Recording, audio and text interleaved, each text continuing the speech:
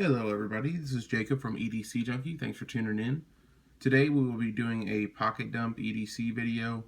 That, for those of you who don't know what that means, that is a video of me showing everything that I carry on my person every single day, day in, day out. So getting started off, we'll look into the storage of how I hold my EDC items.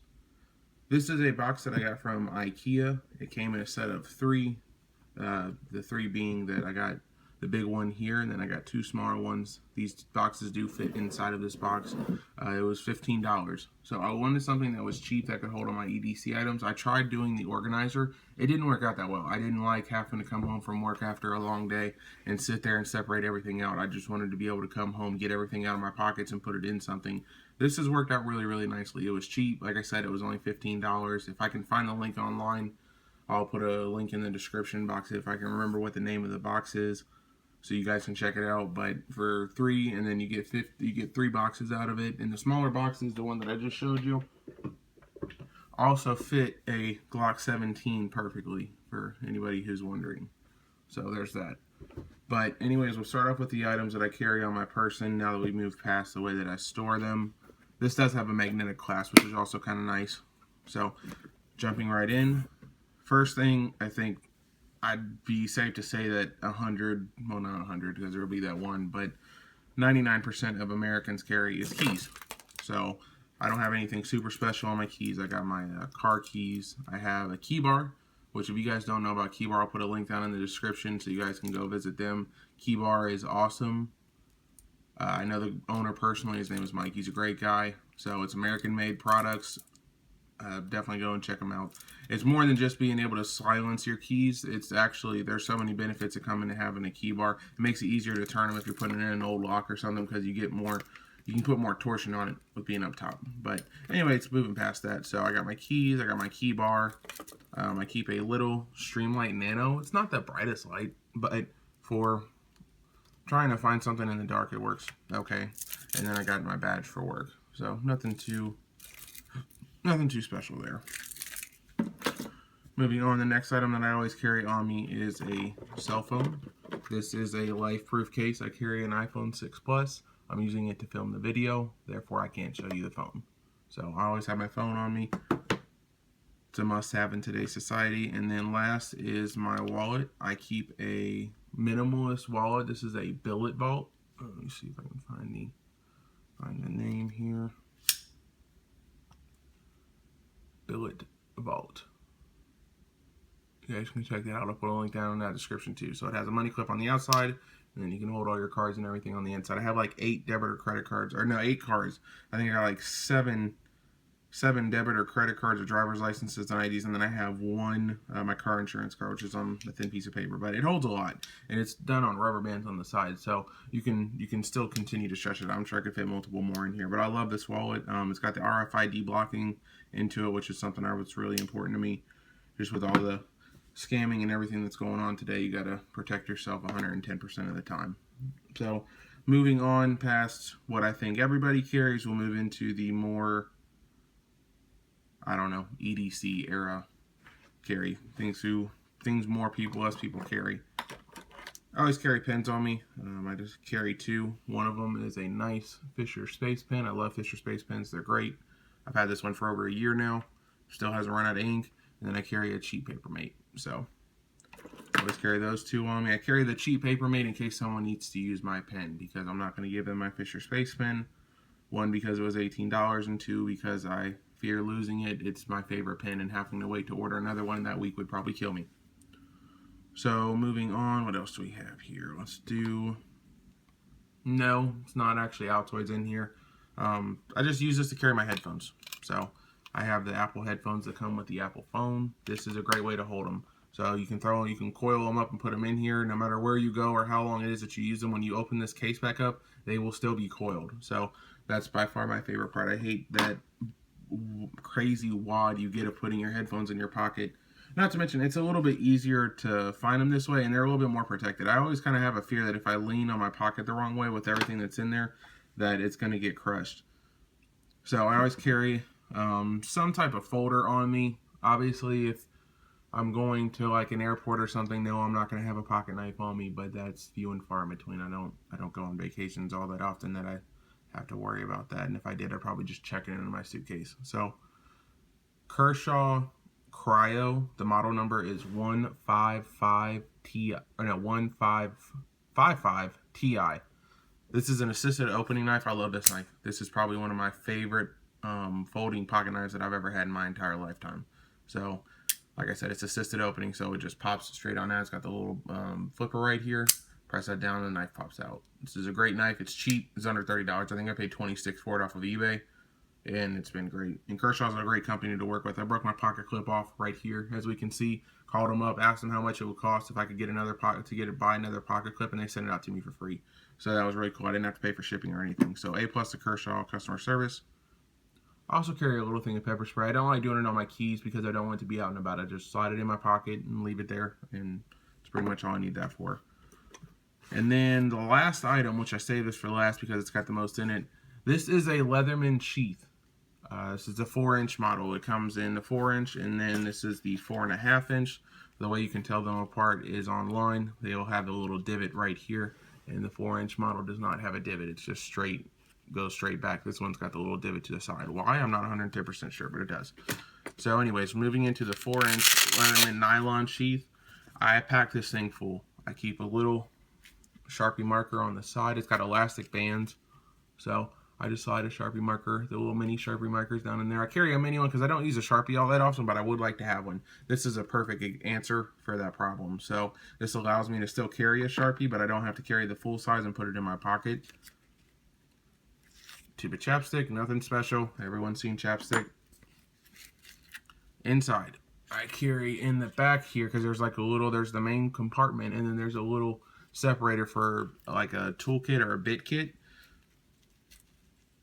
I carry a full-size Bic with some yellow electrical tape around the bottom of it. I don't do that for any helpful reason other than it makes it easier to see. So ever since I started carrying it in this actual nylon sheath, I haven't had an issue with losing it, but whenever I just slide it in my pocket, it used to slide out a lot, and it'd be in my car, and it was hard to see at nighttime. I don't know why. The red just never seemed to pick up, but with this, the yellow pops, especially even when it's dark. It's really, really easy to see this. So that's the only reason I did that, was just so that it kind of had that contrast going. The second thing that I keep in the main compartment here is my Leatherman Juice CS4.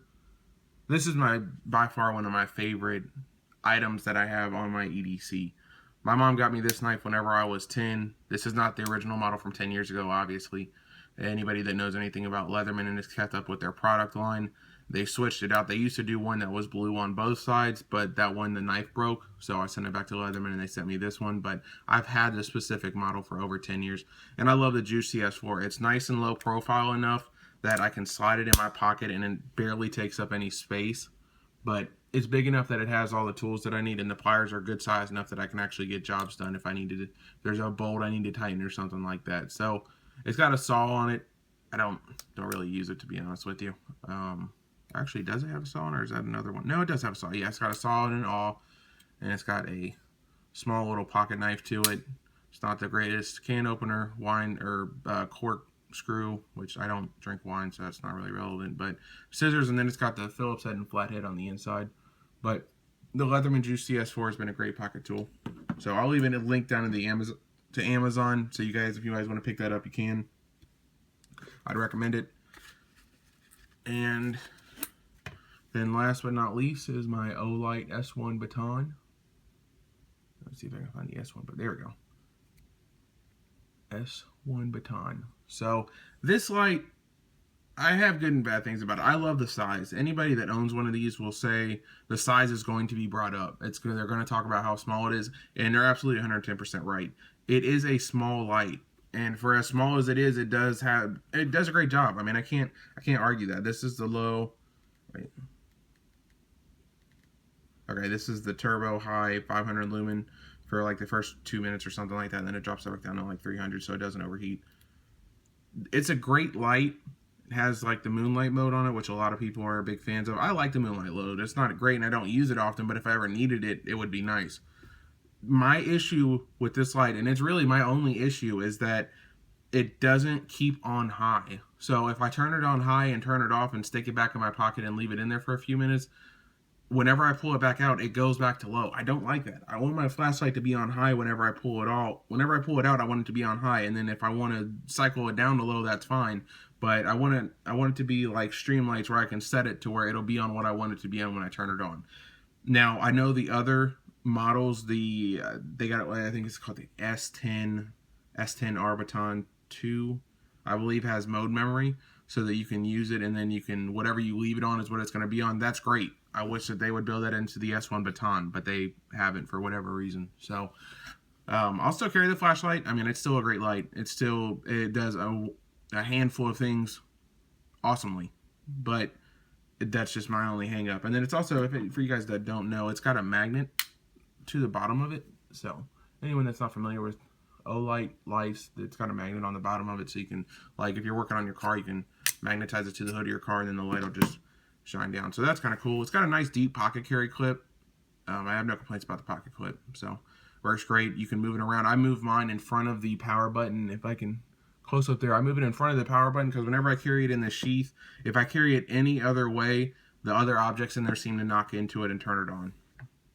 So I like to avoid that by putting the pocket clip in front of it, and then it'll just stay off. It's not the fastest draw, but I mean, with a light that small, you can't really expect to use it for super serious use. That's kind of the point of a smaller light, is that it's just kind of utility.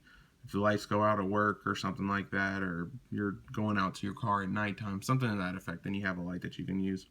But anyways, thank you guys for tuning in to watch this. Oh, I'm sorry, I almost forgot. The last thing I wanted to go over was my belt. What belt do I carry this on? Because this is belt fed. So I carry the SOE low profile and the SOE EDC belt. I switch them out. I've been a fan of the low profile lately, honestly, as I just like how slimline it is. So if you guys don't know anything about SOE, it stands for Special Operations Equipment. They are, in my opinion, the highest quality nylon gear that money can buy.